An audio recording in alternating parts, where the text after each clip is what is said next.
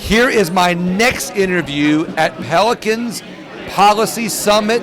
I always love to talk about what they're doing because it's reflective of not only what's going on in our country, but it reflects on what we're doing in Louisiana as a way to empower the people of our state and our community in a way to kind of reinforce freedoms and liberties, because I always say that the federal government is taking away our 10th Amendment rights and our freedoms through bureaucratic laws and legislations, and the Pelican Institute for Public Policy stops a lot of that. And here at their summit, they're not only talking about a lot of things that they're working on for themselves, but with others. And with me in this interview is Laurie, who's going to talk to us about what the Pelican Institute is working on in the upcoming legislative session. Laurie Adams, thank you so much for being on there. I really appreciate it. I'm so glad to be here, William. Thank you. This is great to get to visit with you, not during campaign season. I know, right? That's exactly. Usually when we get to talk. Or when we're running by each other at the Capitol, It's so and it's like we're shoot, and we pass by each other and go, hey. It's so great. Never enough time to talk. Just how you doing? How right, you doing? exactly. Yeah. Which we both know how we're doing. We're busy. Oh, you say how are you doing? I just heard hi, and I'm already down the hallway. No, yeah, I get it. Believe me, I get it. I do always say how you doing though, but I know you're fine because you're still running.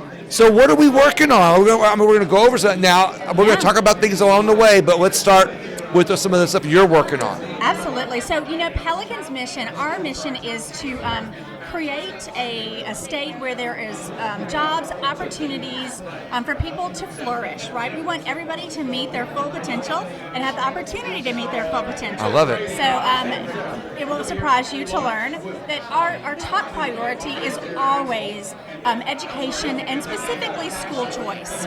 We know that when kids are in a school that fits their needs, they're more likely to flourish and succeed.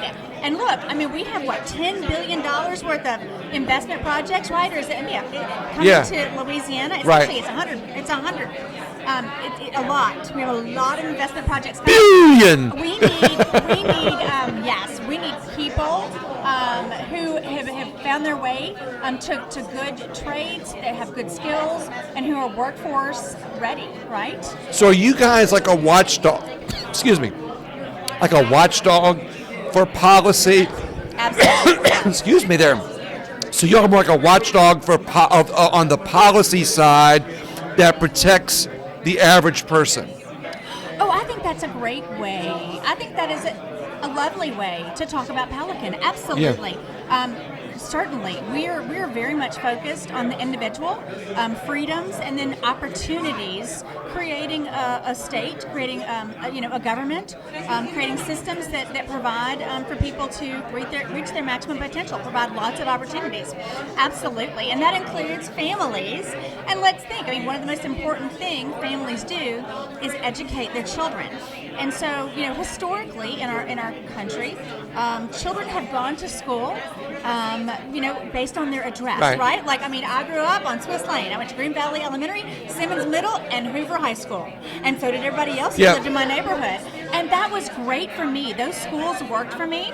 But my brother, who was 4 years younger than me, needed something a little different. And my parents found a school for him that was something different. And it was good for him. And he'll tell you to this day that school absolutely made a huge difference in his life. So the Gator program, which was passed several years ago. Exactly, right. You talked about the Gator program a lot. It's really kind of the ultimate effort to empower parents to find a school that fits their child's needs. So right now, it's funded at about $44 million, and it needs to be funded higher for all the children, or really it's all the parents who are looking for a school that fits for their child. So, and look, William, I was in admissions. I worked in admissions in private schools for 17 years. And a long time. Wow. And I will tell you, one of the things that I always tell people, no one ever showed up at our door saying, we inherited a whole bunch of money and we want to put our kids in this school.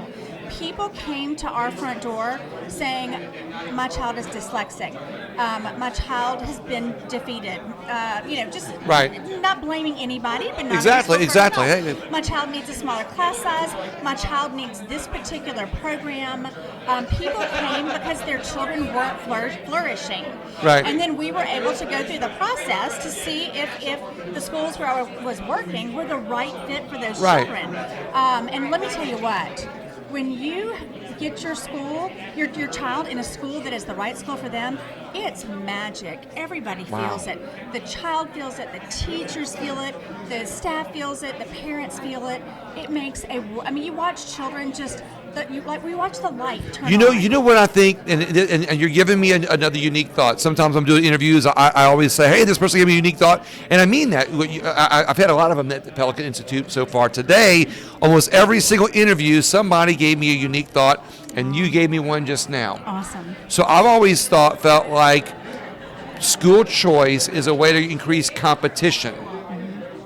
But what competition does is not just raises everybody up, it breaks the system up.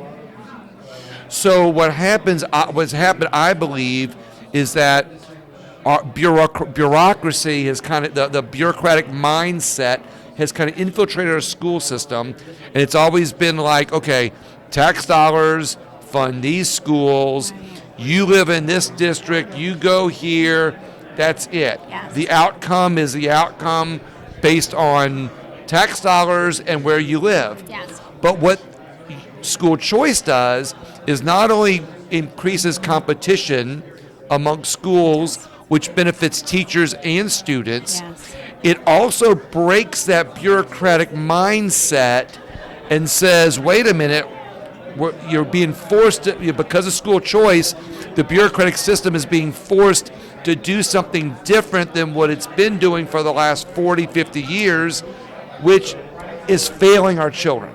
So this is what I would tell you, in just the same concept, but a little bit different words. It changes the focus. It changes the focus to the child rather than the system. And look, again, I am a product of public schools, and I got a fabulous education. I have no complaints. Right. And you know, and my children graduated from a public high school here in Baton Rouge Right. as well. So it's not about public versus private. It's about looking at the individual child and what does that child need to learn and what does that child need to succeed, not only academically but emotionally, spiritually, socially. Yeah. I mean, it's a whole, holistic Exactly. approach when you're a parent looking for the right place for your child. So I think it just changes the focus, changes the mindset. And look, I will tell you, over the years when I did have a child who was coming from a public school or other private schools as well, quite often we would call and talk to that teacher, and I can't tell you how many times the teacher knew that child needed something different. Right. The teacher was like, that child, he needs a smaller class size. He needs to be able to play baseball, or this child has a real But all too musical often, talent. the teacher gets locked up in the bureaucratic state of mind that even though they know the needs of the child, they oftentimes say, well, this is just what the rules that were dealt with. But I want to pivot off education. Sure. Because I know you're working on a lot of things, and I can talk about education all day long, but what other things are you guys working on that we want to point out? What if we move to nuclear energy? How is that for a That's direction exciting. change? I love that. Let's do that.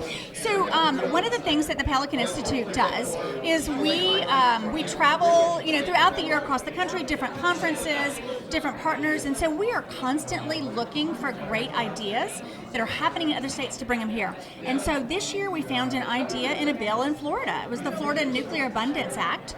It didn't pass, Right? But we still read it. It had Yeah, some exactly. great ideas in it. So our director of our energy center, Melissa Landry, found this idea. It's a nuclear energy reciprocity bill. Senator Adam Bass is carrying it, and what the bill says is if a facility is permitted in another state or by the federal government and the requirements to permit that are the same or greater than what ours are, we'll accept that permit for them to build a nuclear facility here in Louisiana. You know what this sounds like? When Pelican Institute went after all the licensing requirements. Absolutely. So by Very similar. That's exactly right. Louisiana had all these licensing requirements, But when Pelican Institute changed a lot of those policies Absolutely. on a statewide basis, they said, we now respect your license if it comes from another state. That's right. To do business here in Louisiana, And Governor which opens the Landry, door. But he called it, the welcome back, welcome Yeah. home. Yeah. Right? I mean, he was right in that too. I mean, that's exactly the mindset. Right.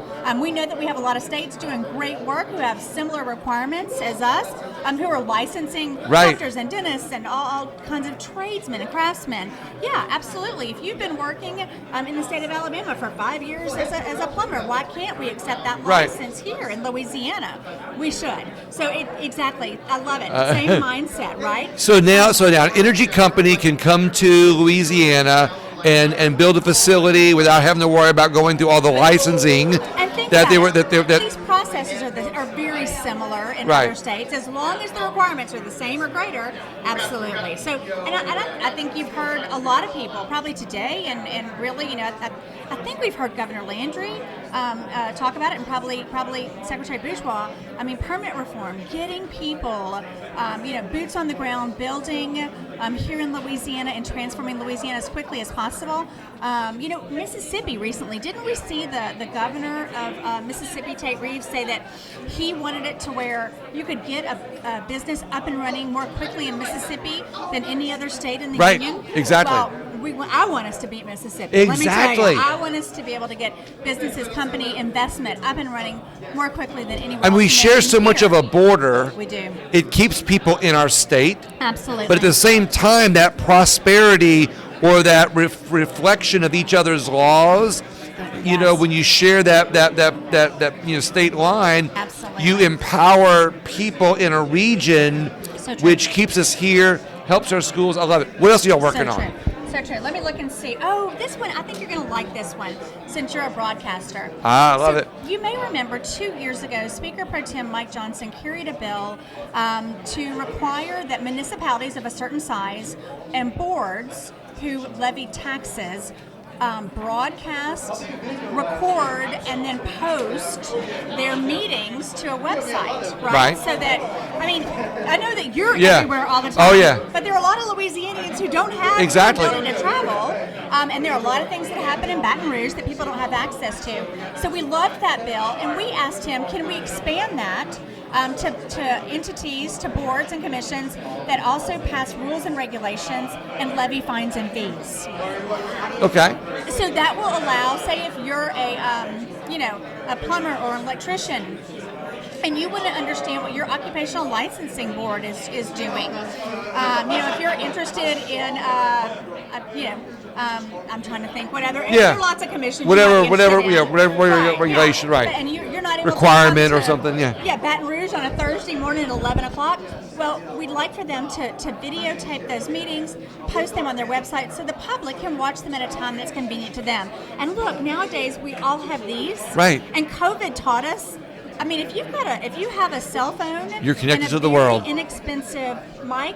I think Right. these are probably more expensive, but if an inexpensive mic, you can videotape something and get it up on YouTube, post it there, and people can find it and watch it at a time that's convenient to them. So we're super excited about that. Just expanding what the Speaker Pro Tem started a few years ago. I love it. What you made me think of, I thought you were going to go into, we're going to wrap up here in just a second, was the law that was going to make a Freedom of Information Act a little bit harder to get. The one that I really didn't like was the one that says that local media cannot go to polls. Oh, wow. Do you know about this one? Wait a minute. No, I've been so busy. No, There's one that unless you're not some national media, you can't go to a poll. I'll have to get more into those weeds on that and we expose that can one. our local media tremendously here. Exactly. Anyway, okay, we'll have to talk about that more. That's I'm gonna get that one back on the radar again. I just heard about it a little while back. Oh, Laurie, you're absolutely amazing. You're so sweet, William. Thank you for having us. Look, the Pelican Institute, You'll see us. We'll be at the Capitol every day during the session. Exactly. Watching out for, advocating for the things we believe in, and also just trying to keep things as free and as conducive to growth and opportunities and jobs as we can. So I love it. It's a great place to work, and an honor to get to do this work, and of course a real treat to get to be interviewed by you today. Thank you so much. I appreciate Thank that, you, because not only do I feel the same way about you, but I feel the same about the Pelican Institute, which I would encourage everybody who's watching these interviews to please go visit the Pelican Institute, and that way you can see what they're working on, check their website out, check their Facebook page out, and see what they're doing to help not only freedom and prosperity and fiscal prosperity for everybody, but those rules and laws that they're working on that break down the barriers. Thank you so much. Please share the interview. Have a great day. And we have another interview coming up. Stay tuned.